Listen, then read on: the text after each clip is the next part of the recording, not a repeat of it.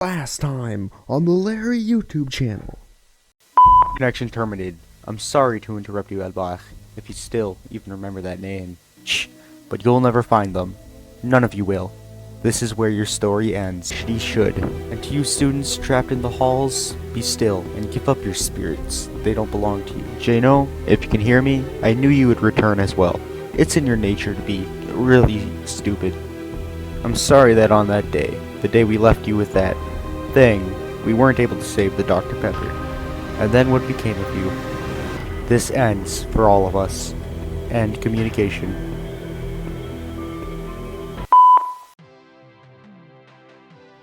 It's a new day. It's your time to shine, and it's time to take your career into your own hands. You saved money your whole life.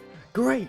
And now it's time to put all your eggs into one basket and take a huge gamble on your future. A gamble that comes with a 100% chance of success in some cases. What are we talking about?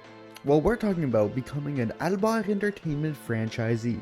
That's right, restaurant ownership and management. Something almost anyone can do, with a limited degree of success. Sure, it's a lot of money to invest, but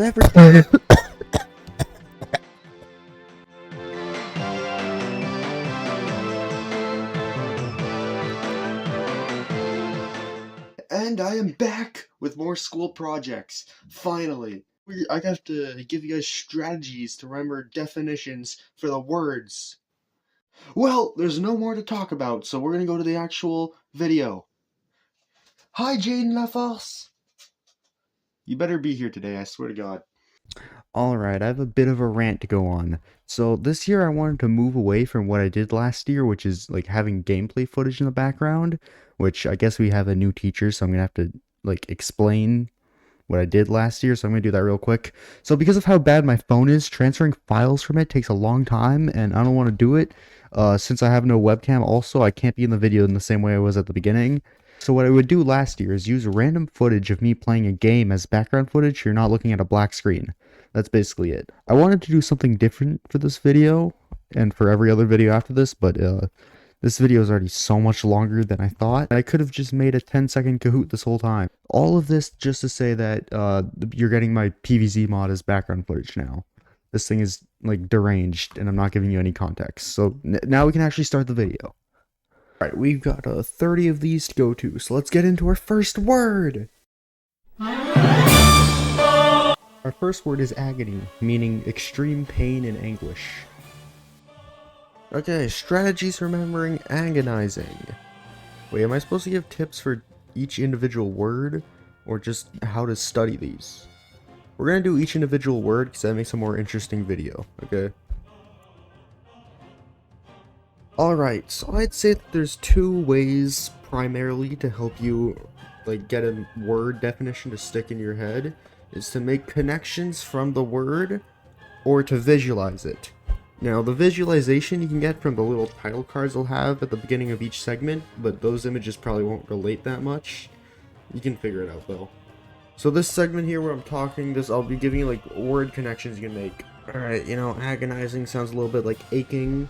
It's also a derivative of the word agony, and then you add izing to the end, which makes it a process of suffering a lot. Those are your connections. We gotta move on, this is gonna be long actually, there's a lot of words.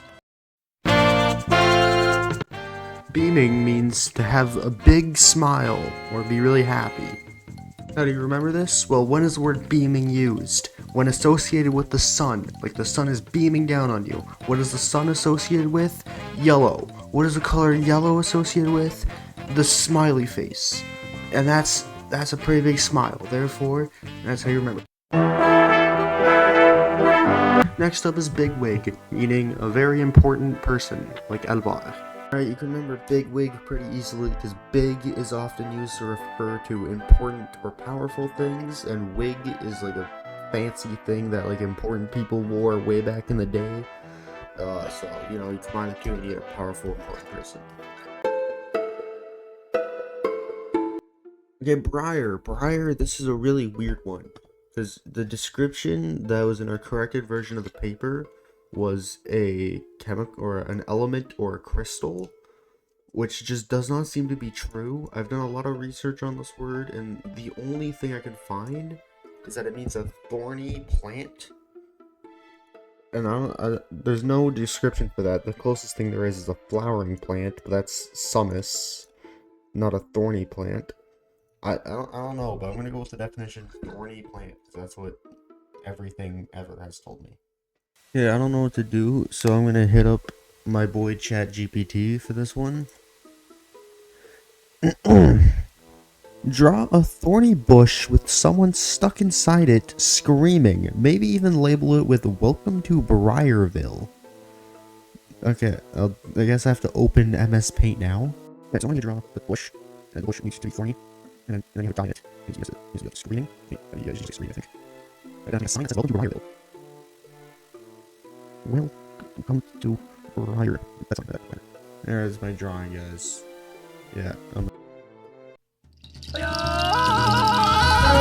Okay, next up we have boulder.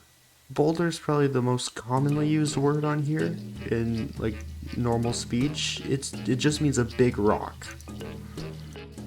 Now this one's pretty easy to remember. Just watch SpongeBob Krusty Krab Pizza. You should have done that already. So for boulder, just imagine a rock, but big. That's it.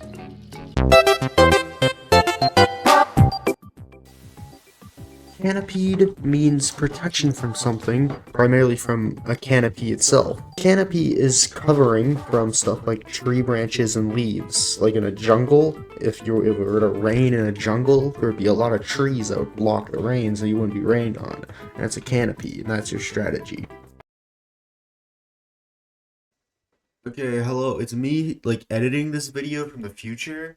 I don't know what I was going on about here, but I went on like a 1-hour rant for this for some reason, and I'm tired. It's like 1 a.m. and I gotta get to sleep, and I'm not editing through that. So a chevron is this thing. It's like a V. That's all. Move on. I gotta sleep. Next up is clamber, which means to climb, move, or get out of something in an awkward way. So what I used to remember this is that, you have clam, which is similar to climb, and the word clamber itself just sounds like it'd be a part of the group of, like, stumble and scramble and, like, all those clumsy words. So yeah, that's it. That's all I got.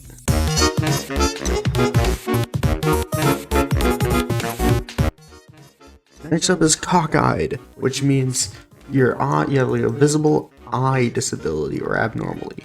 The strategy for this one's really, really easy. There's only one of these that are about eyes, and there's only one of these words with the word eye in it.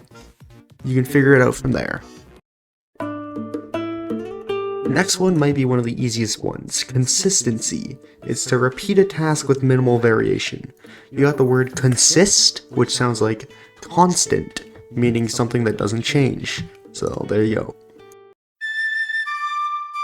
Next up is contemptus, which means showing a deep dislike or disrespect for something or someone. The word contempt sounds like content, which is feeling happy. So you just think of that word and then the opposite of that and you get contempt. Alright, well I'm gonna go ahead and like rapid fire a bunch of these because these next 4 I'd say are pretty easy. So contraption is a very complicated machine. Just think of like a Ruth Goldberg machine. It sounds like contrive, to invent, and action. Dictator is a very powerful leader who has total control over their country, like Stalin or Hitler or someone like that. Fumble is like stumble, which is to trip and fall, but with your hands, so it's fumble. And gleeful means to be very happy. It's got the word glee in it, and then ends with full. Glee already means to be happy, so you're gleeful. Next is haversack. It's got the word sack as in a bag, and you have stuff inside it. It's mainly used for hiking, carried over one shoulder. It's basically like one of those weird things that cartoons have where a character will have like a stick with like a sack at the end of it. This is moronic, a person afflicted with mild stupidity, so to speak. It's got the word moron in it. That's all you really need. Next up is plunk, to hit something making a hollow sound. A hollow sound sounds like the word plunk. This is portage, which is to carry boats and supplies over land between two waterways. It's got the word pulped, as in pulped in French, like bring, and you're bringing boats and supplies across water. Is ramble, which means to speak for a long period of time with pretty much no meaning to it. Now this word has been burned into my brain from the game Indigo Park, but if you never played that, then you can think of the word roam, which is to walk around without meaning or destination. So, ramble is that, but words. Rehabilitation is next, which is the process of getting someone back into a place to where they are useful in society. Remember this, because rehabit is in the word, which means to regain your ability in society. Next is sandbar. It's just a bit of sand sticking out of the water to make like a little island that you can stand on. That's pretty much it. Oh yeah, the actual strategy. Okay, you know what sand means, right? Okay, good. Okay, so it's like a bar of sand that sticks out of the water. Yeah. Slum means a ghetto or household that is incapable of supporting a human's basic needs. To remember this, me and Jane LaForce have a little bit of an advantage because we've been sending each other this gif that just says slum glutton over and over again in Discord DMs for like a long time. I don't know why most of them are not working, but it's pretty cool.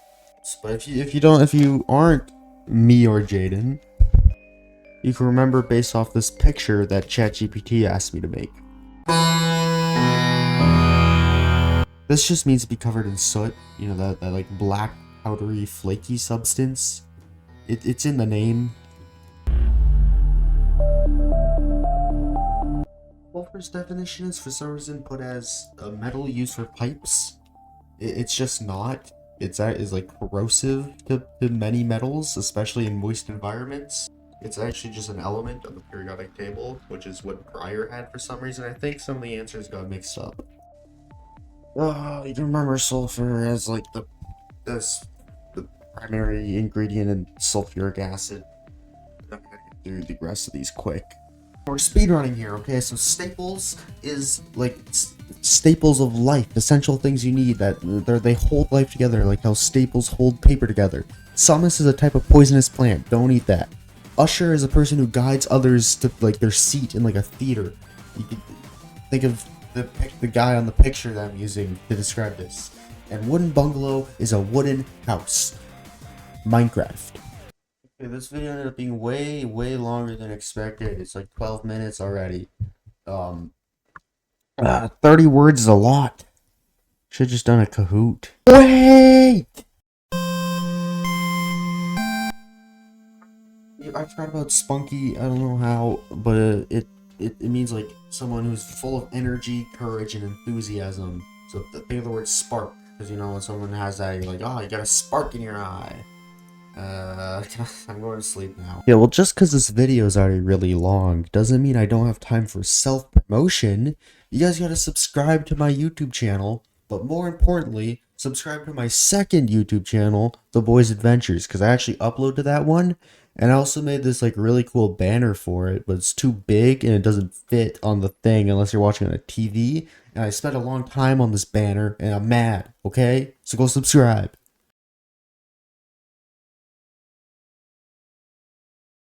Albar, what do you think of the underwater place we're going?